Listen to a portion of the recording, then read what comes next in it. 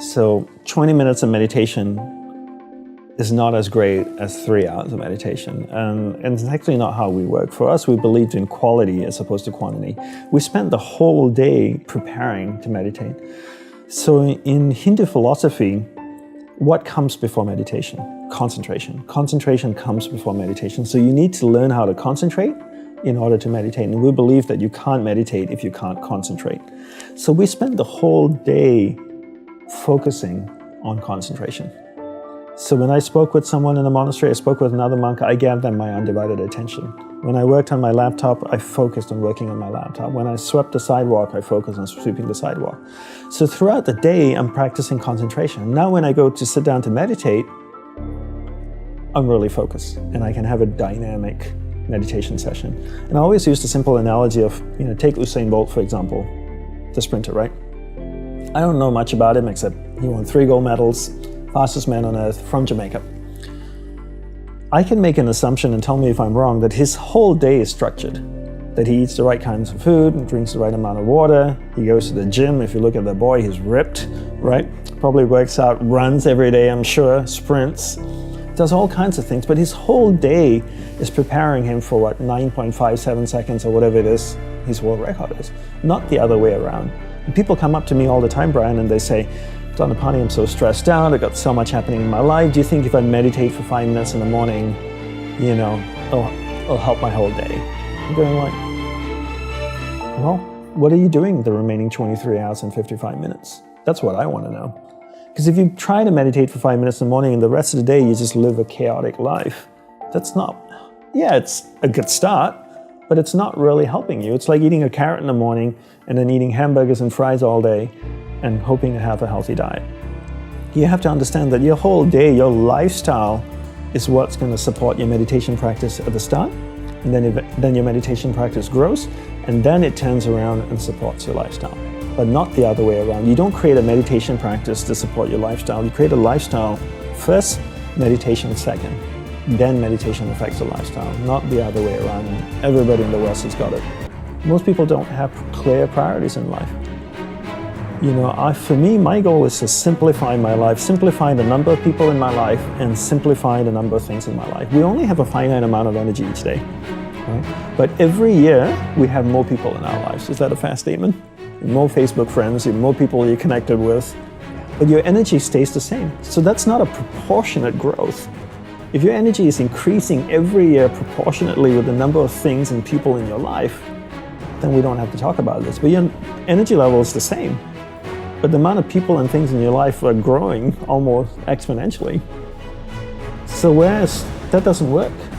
So for me, it's always about simplifying first the people and things into your life, into who and what's most important, taking that finite energy that you have each day and focusing. Second step is learning how to focus and concentrate that finite amount of energy into the people and things that truly matter.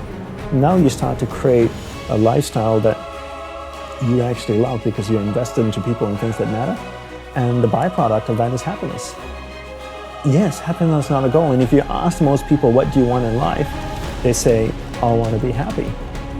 Right? Would that be a fair statement? I mean, literally, it's in the U.S. Constitution, I think, the pursuit of happiness. The pursuit of happiness. I always say you should never pursue happiness. Don't pursue happiness. Pursue a lifestyle where the byproduct of that lifestyle is happiness. So happiness comes as a byproduct. I spend time with the people that I love. What is my byproduct? I'm happy. I spend time with people I don't like. I'm not happy. So don't pursue happiness. Pursue a lifestyle that gives happiness. But in order to pursue that lifestyle, you need to be clear what you want in life. What's your purpose in life? And people don't know this because they don't spend any time with themselves.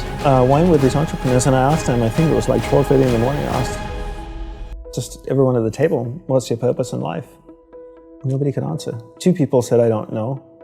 2 guys rambled on for 5 minutes, which meant they had no idea.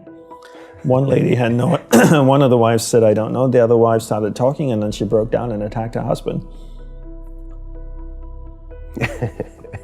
There you go. Simple question. What's your purpose in life? No idea. What color is your tie, Brian? I think it's red. It's red, right? I mean, not very difficult to answer.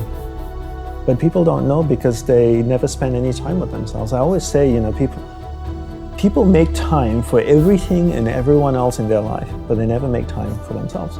If you go up to someone who you know and say like, would you like to catch up for coffee? Let's do coffee. They're like, oh, I can't this week, but I can next week. How about Thursday, 7 p.m.? Perfect. I'll see you at this place. When was the last time someone is willing to take time out of their life to spend time with themselves? So if I wanted to get to know you, and we've had one dinner, and we had a great conversation, we're spending time here. If I wanted to get to know you, I would have to spend time with you.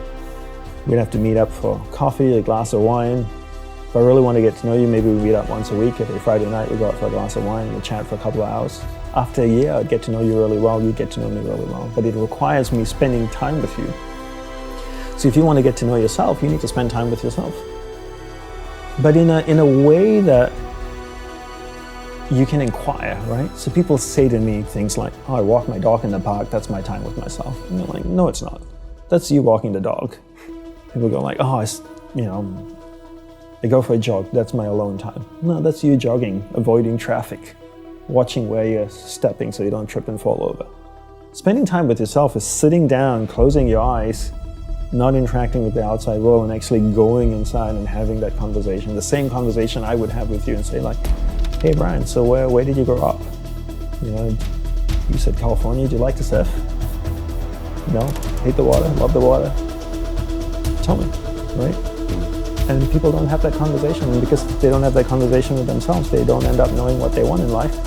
Because they don't know what they want in life, they can't focus that finite amount of energy, and then they don't live a lifestyle that brings them happiness, and most people end up being unhappy.